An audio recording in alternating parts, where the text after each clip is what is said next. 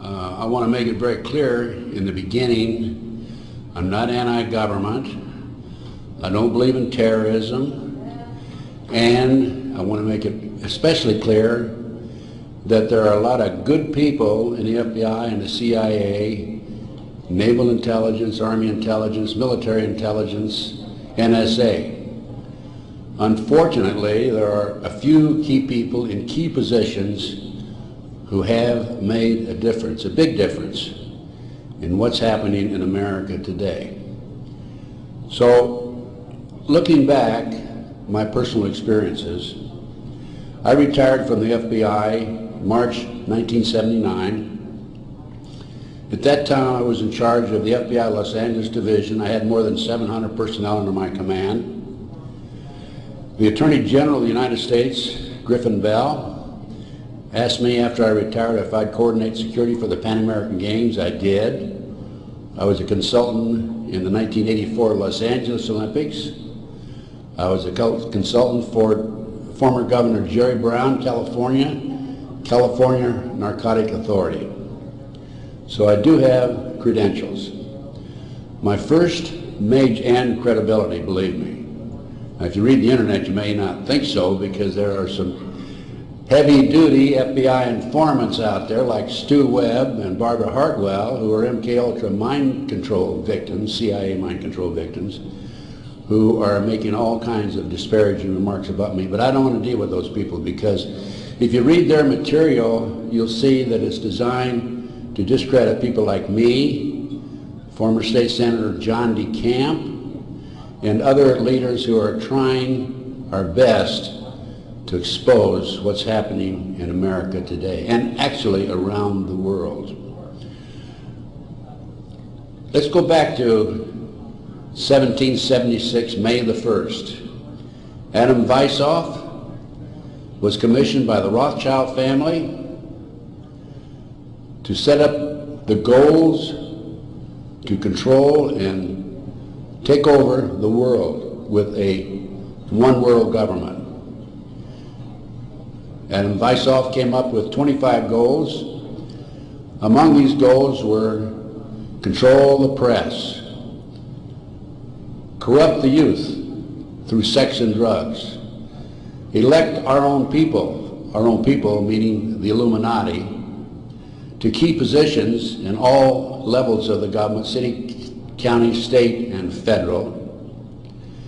And it goes on. The final goal was to take over the world, the one world government. Information is very well documented by William Guy Carr in his magazine, his book, Pawns in the Game. When I retired, I had no idea what was going on. I had no idea about the Illuminati. I had no idea about Adam Weishaupt. However, my first major investigation when I returned from Puerto Rico was a Dr. Jeffrey R. McDonald case. He's a former Green Beret doctor who was convicted of murdering his wife and 2 children at Fort Bragg, February 17, 1970. He'd been tried and convicted and sentenced to 3 consecutive life sentences. I was asked by the defense team to investigate the case because they claimed that Dr. McDonald was innocent. I said I would, but if I learned that he murdered his wife and 2 children, I would discontinue my investigation, no longer become involved. I want you to know I'm still working for Dr. McDonald. He is an innocent man. Now, once I became involved in the case, I had to read everything, and I learned that evidence was lost, evidence was stolen, evidence was altered. An FBI agent, Paul Stombaugh, lied before the grand jury. And most important of all, Colette, the wife, had skin where she had fought off the assailants under her fingernails. That skin was handed over to William F. Ivory, the chief investigator for the Army, and it has disappeared. 10 months into the case, October 25, 1980, I through a series of circumstances, I don't have time to go into the details now, obtained a signed confession from one Helena Stokely. I had 3 sessions with her, 10 days each, total of 30 days.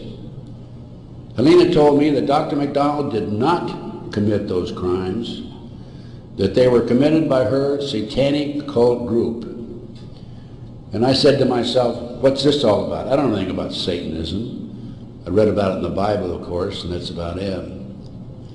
But as I delved into the case, I learned that drugs from Southeast Asia were being flown into the United States to various military bases in plastic bags in the bodies of the dead GIs.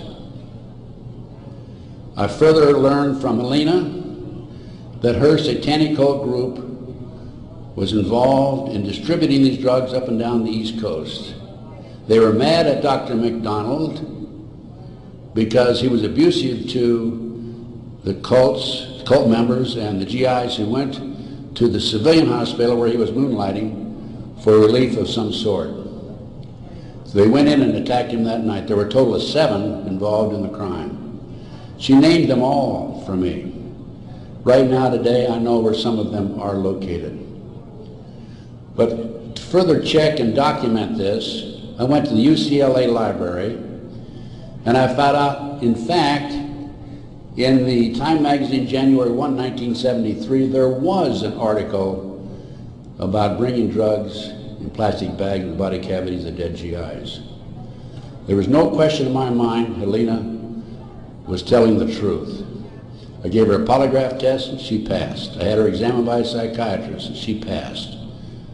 And as a matter of fact, the government themselves had given her a polygraph examination early in their investigation before I entered the case. And Byzantine, the Army polygraph operator, said that she thought that she was telling the truth. She thought she was there that night. Now, the most recent series of events in the McDonald case, now I'm telling you a little bit about the McDonald case because that's what woke me up as to what was going on. It was after that I started researching and went back and found out about the Illuminati. Illuminati/Satanism. It was after that I learned considerable more about what was going on. And the most recent information, Dr. McDonald, who's been in the penitentiary for some 25 or 26 years now, appeared before a parole board just 2 days ago, his first that he's ever appeared before a parole board. And the reason he had never appeared before is because, in his opinion, had he appeared before, it would be an admission of guilt. In this particular instance, he still claimed he was innocent, but he did appear before the board because a newly-wed individual with a woman named Kathy. And of course, if you read the papers in the last 2 days, his parole was turned down, and the parole board made him eligible for another hearing in 15 years. This poor man not only lost his wife and 2 children, he has served 25 years in the penitentiary and another 15 years to go. He's 61 years old. I am still working the case. What are the latest developments on the case? In 1997, the judge, federal judge, agreed to do DNA tests.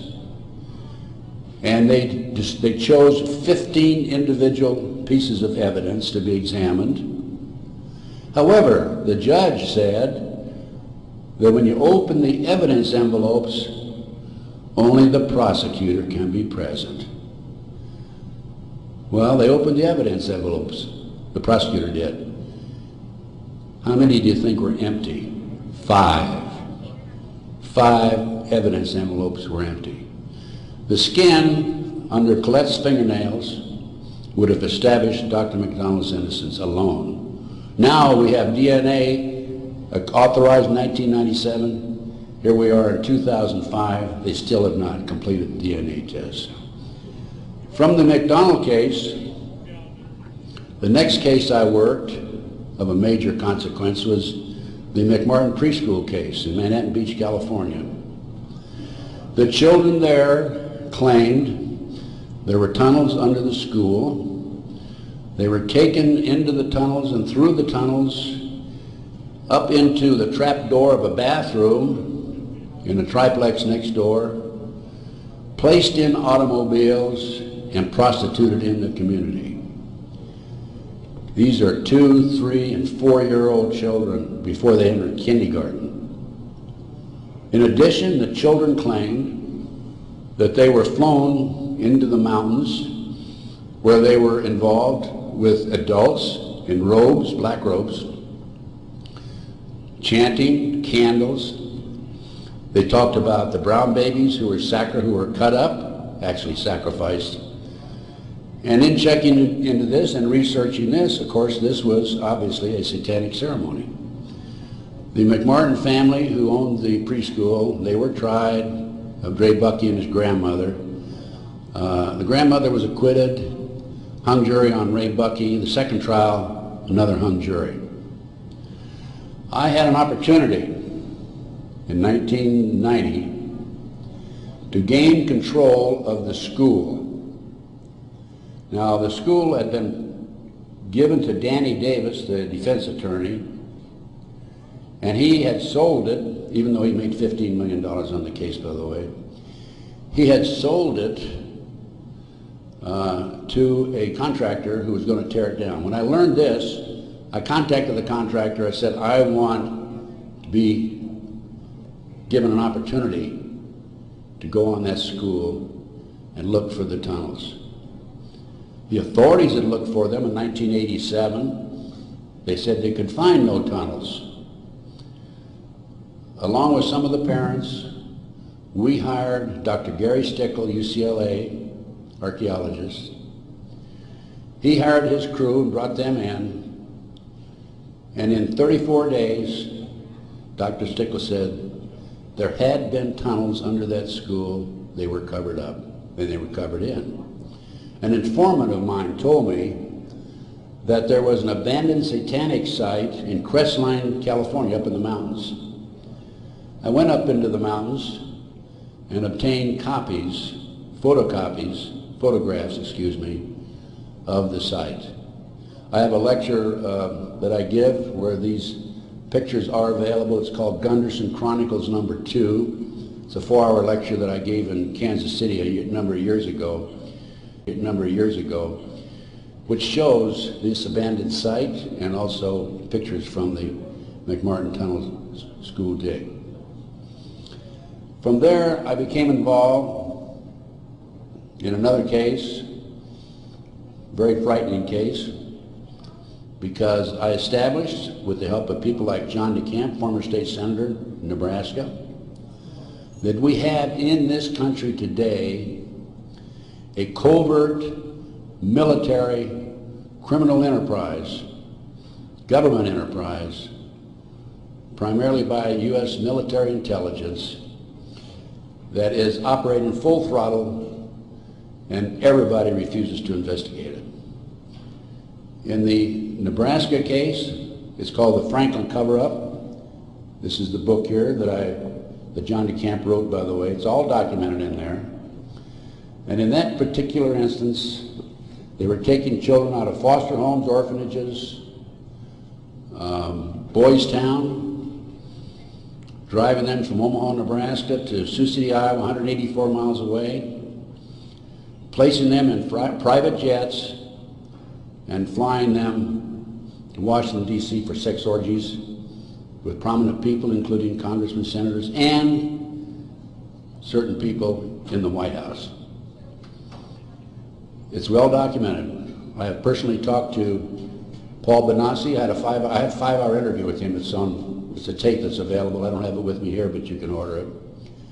I have a 5-hour interview with Paul that he gave me in 1993. Paul told me how he was used. He was part of the kidnapping crew and was used as a decoy, and when he was 10, 11, 12 years old, in parks, shopping malls, to attract the children over near where the adults were in a car waiting for them. They throw them in the back seat, chloroform them, and make off with them. Paul also told me that these children Many of them become sex slaves. Many of them are used as toys. The boys, they call the boys toys. I don't know what they call the girls. But these degenerate, sick people, the men are more interested in the little boys than they are the girls for some reason. But it's all well documented. Paul drew the inside living quarters of the White House. Now this information broke in about 1987. That's about right after I entered, just before I entered the case. I replaced a fellow named Gary Caradori, who was the investigator for a Nebraska Senate committee.